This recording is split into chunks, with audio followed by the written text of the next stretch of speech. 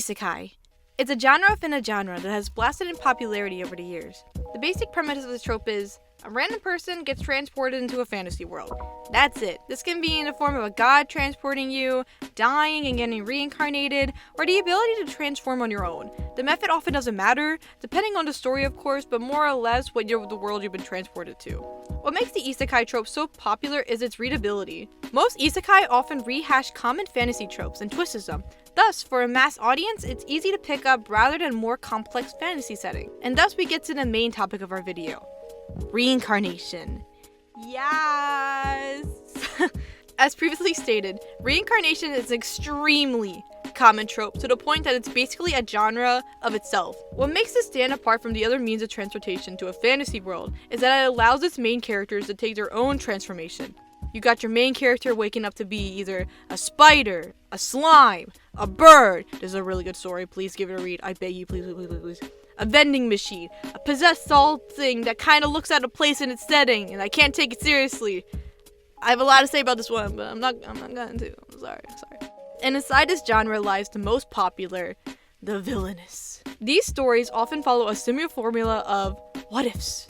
What if you wake up inside the world of your favorite video game? Preferably a romance visual novel, only to discover you're the villainess of the story! And now it's your goal not to unlock a bad ending. To say these types of stories are popular is an understatement, cause oh my god. Of course, these types of stories don't necessarily have to follow the villainess, but rather the concept of reincarnation inside a video game. I love these types of stories, so I thought, why don't I make my own? Duh. Throw my hat in the ring. And I know what you're gonna say. No, I don't care that the medium is oversaturated. I don't care. I like these stories. I do not care. I am part of the problem. I know. Okay, yeah, sorry about that. But this is my first time recording / doing a speed paint, so please be nice if there are weird editing or just moments where I don't do anything. There were moments where I just forgot I was screen recording and just walked away, or stopped recording and lost moments of me drawing.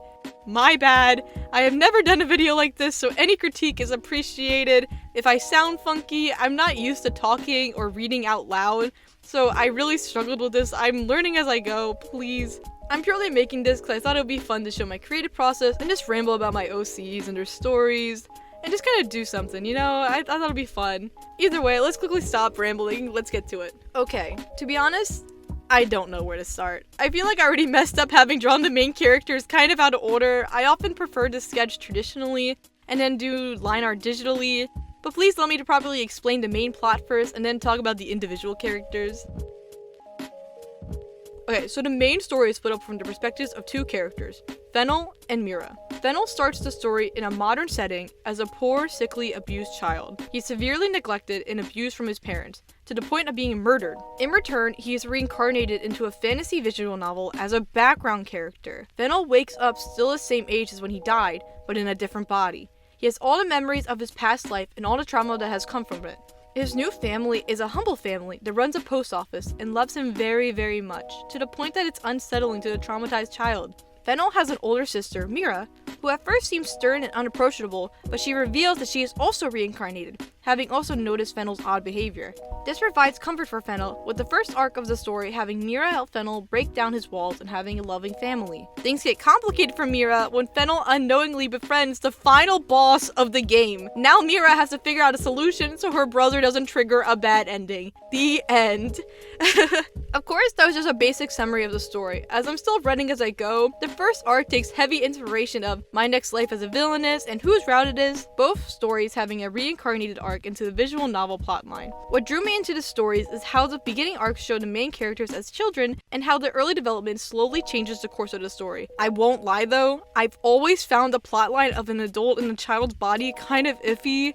I know it's a common trope, and I can excuse it when it's written correctly, but sometimes it can bug me. That's why I made Fennel and Meera get resurrected in the ages they died, just so I don't have to write that, to be honest. Plus, I thought it'd be fun to explore a story about a child who gets robbed of their childhood and given a second chance of love. Hence, the first arc takes a heavy focus on Fennel's and Meera's relationship with their parents, and how that affects over the growing narrative. The first arc sets up the world and the rules of the game, who the quote-unquote protagonist and quote-unquote villain are, and it tears them down. The second arc will be a time skip a couple years in the future. This arc is also the one probably being the most worked on, so things are expected to change. I'm still kind of figuring that out. But though I will be so honest, this arc is probably the one I'm being most worked on. I'm still kind of iffy on it. I'm kind of expecting them to go into like a magic school where the main place of the main story is meant to start, but I'm kind of also iffy on that. I'm trying to figure that out.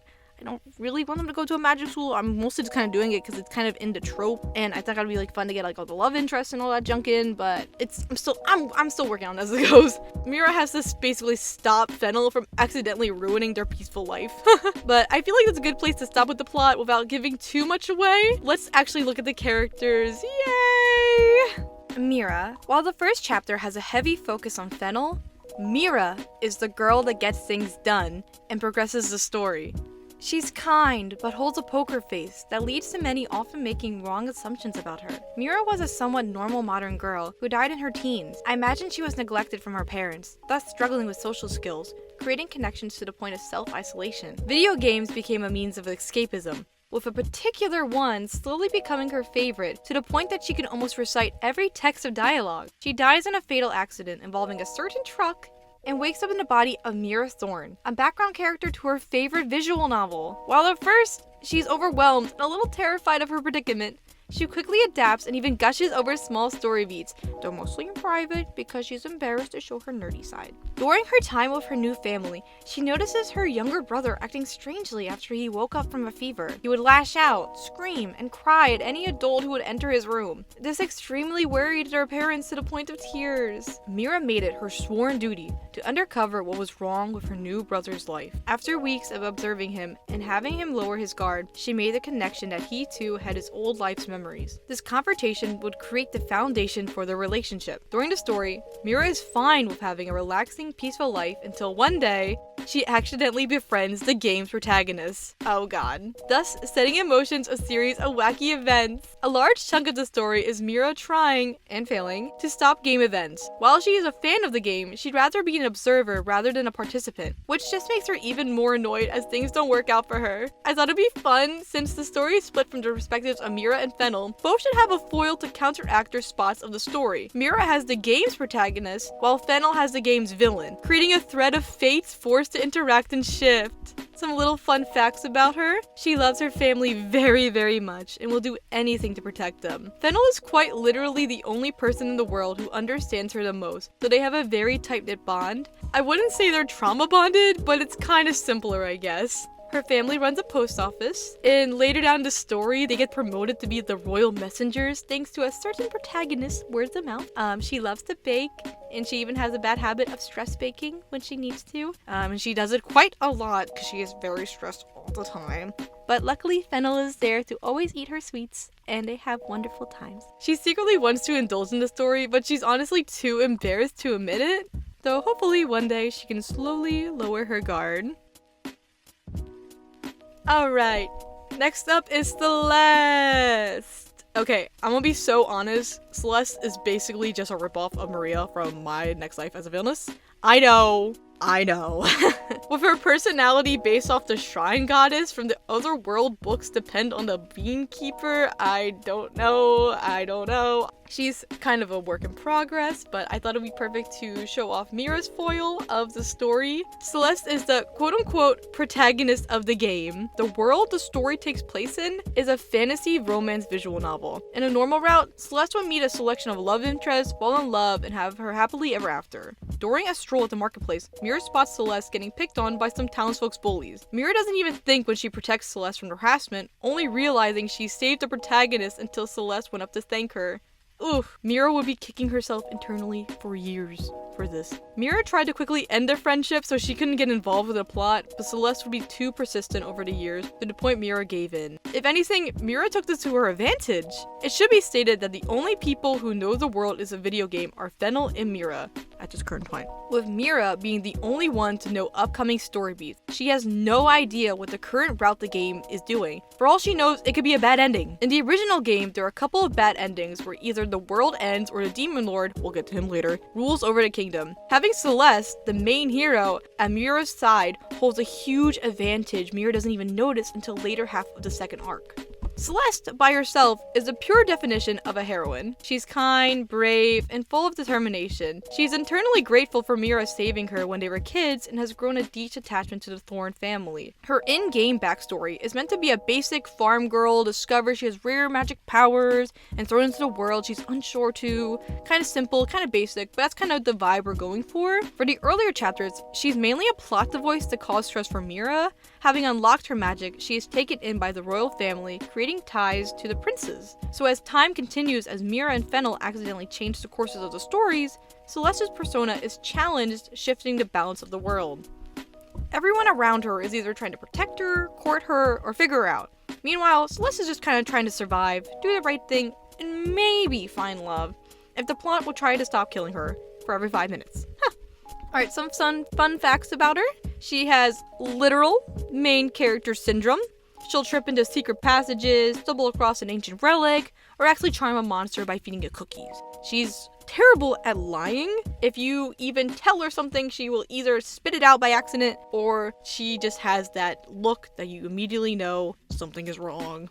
She has a swarm of love interests at her doorsteps. I think it'd be really funny if every time she either goes out to the store, she'll have like a shoujo type vibe going on, like a love moment, and it just keeps happening that Meera's just kind of like, oh god, here we go again. She's very ditzy and easy to trick, which can get her in a lot of trouble. Of course, Meera is always there to help her get her out, but as you can imagine, being a protagonist of a visual novel, things go crazy. Fennel! Okay, I might have shown my favoritism with this one, but it's not my fault though. Fennel was the first character I created for the story, meaning I had more time to develop him. Okay, so don't be too mean on me. Originally, the story was just Fennel entering this world and learning to love, but over time I got attached to his dynamic with Meera and slowly started building more and more of the world. And now, here we are. One thing I love about writing stories is seeing the first draft and how it changes over time. Fennel is loosely based off a couple people. Honestly, I just kind of went ham with my favorite tropes. I based his look off of Akira from Promise a Wizard. His kind of vibe is the protagonist from Whose Route It Is, Greta from Koi Caramel, a little bit of Anya from Spy X Family, maybe from Opal from that one Jack Sutterton video. I don't know. Either way, let's get back to this sad boy. Fennel is the character who perhaps goes through the most change. He starts the story as a broken and abused boy who must slowly learn how to love. He has all his memories of his past life and is still sickly, often fainting due to low constitution. In his new life, he is the youngest son of a family postman with a stern but nice older sister, often looking after him. His family loves him very, very much, that he isn't used to it.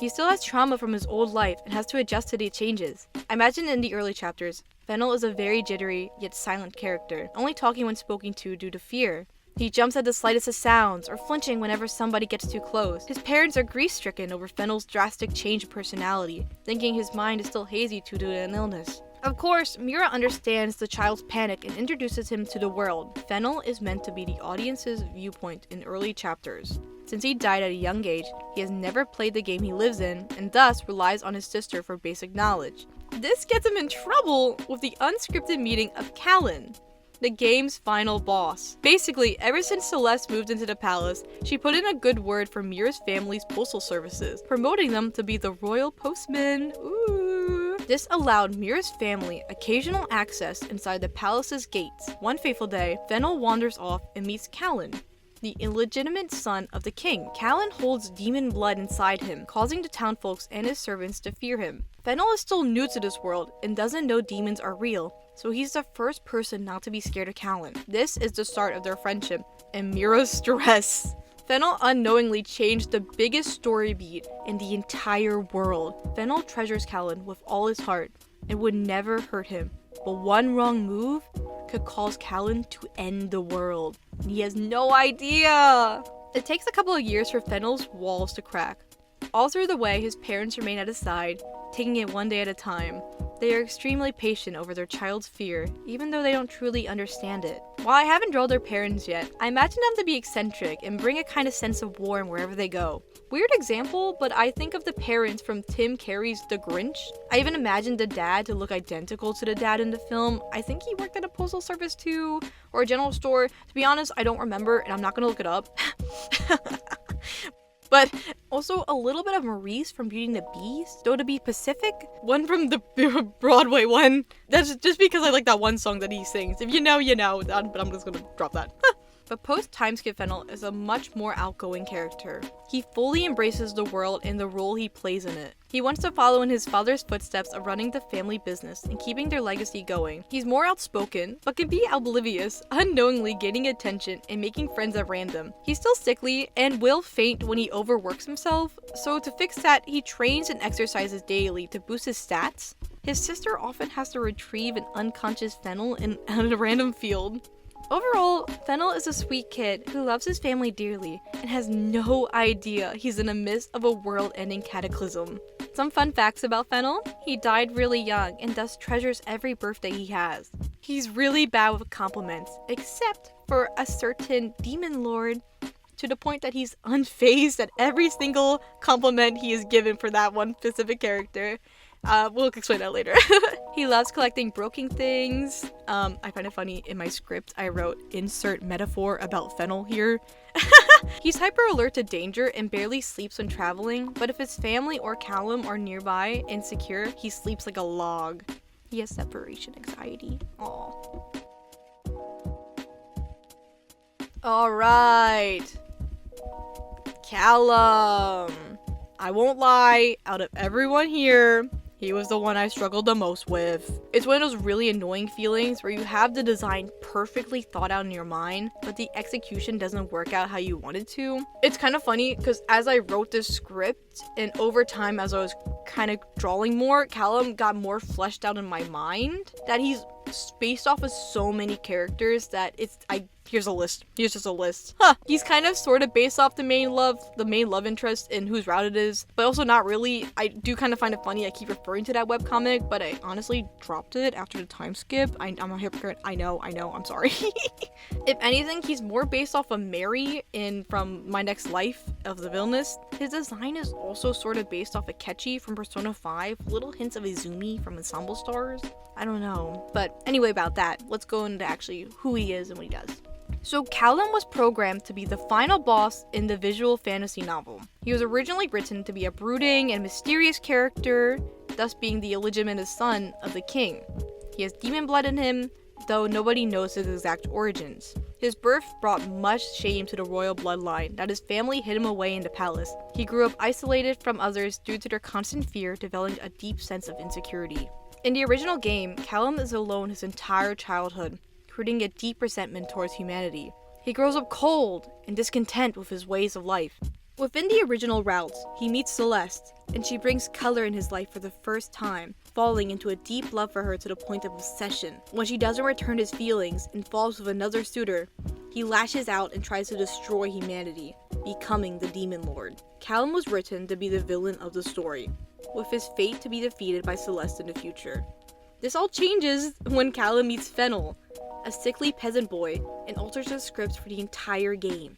Meeting Fennel and his family changed everything. Fennel and Callum meet in early childhood, with Fennel to be the first human not to be scared of him. Fennel is allowed back to the castle to regularly visit Callum, where he becomes his first friend. I can't stress how important this is. Fennel is the one to introduce Meera and Celeste to Callum, with Celeste meeting him way earlier in the story than intended. Callum is able to properly socialize and learn how to be treated as an equal and with respect. This allows the staff of the palace to start treating him better, without any caution, and with a little bit of Celeste's help, the king too. In this new timeline, Callum develops a love for humanity and his kingdom, hoping one day he can rise above the ranks and earn the title of king, but he's going to work really hard for that to happen. His personality shifts from a once cold and bitter monster to a more mischievous and a little bit prideful kid. His smug aura mocks you. He becomes more eccentric and a little bit cocky, finding joy in teasing others, but he never goes too far. Above all, his relationship with Fennel is his most treasured possession. Neither Fennel nor Callum grew up with friends, so they truly value one another. Fennel and Celeste's roles are essentially flipped. While Callum has basically undergone a redemption, he still holds his possessive habits. I wrote anything. Callum at Fennel. My Shayla! My Shayla! Over the course of the story, Callum becomes madly obsessed with Fennel. Like, it's bad. He has that same energy of that Dexter Laboratory meme.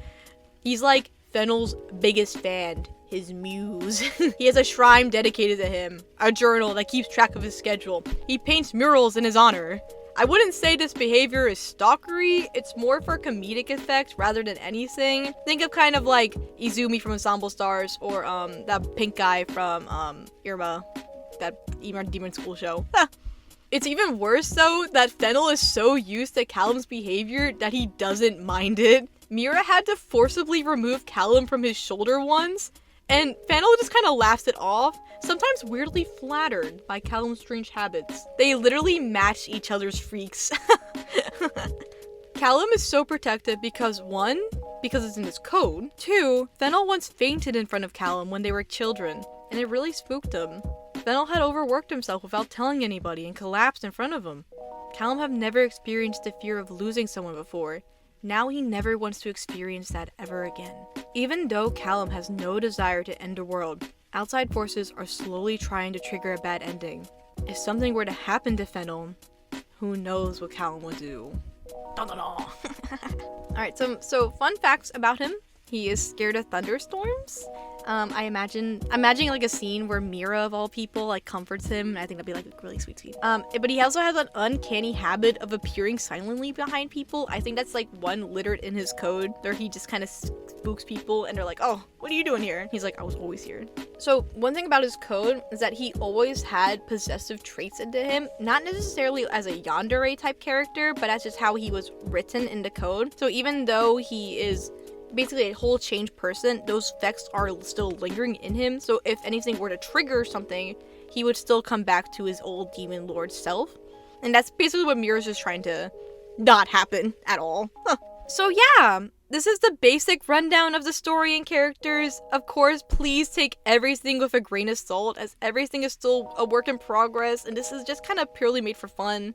Like, I plan for them to go to this magic school, but I also don't really want them to. I kind of want Meera and Fennel to still be with their parents, so I'm kind of indecisive of how I really want this plot to flow. If this video does well, I do plan to introduce more characters. I already have a Villainess character set up. I know I was kind of foreshadowing, like, bringing it all up, and I'd be kind of ashamed to not have a Villainess character in this type of story, so I kind of really hope that this video does well so you guys can see her. I really like her. She's one of my favorites.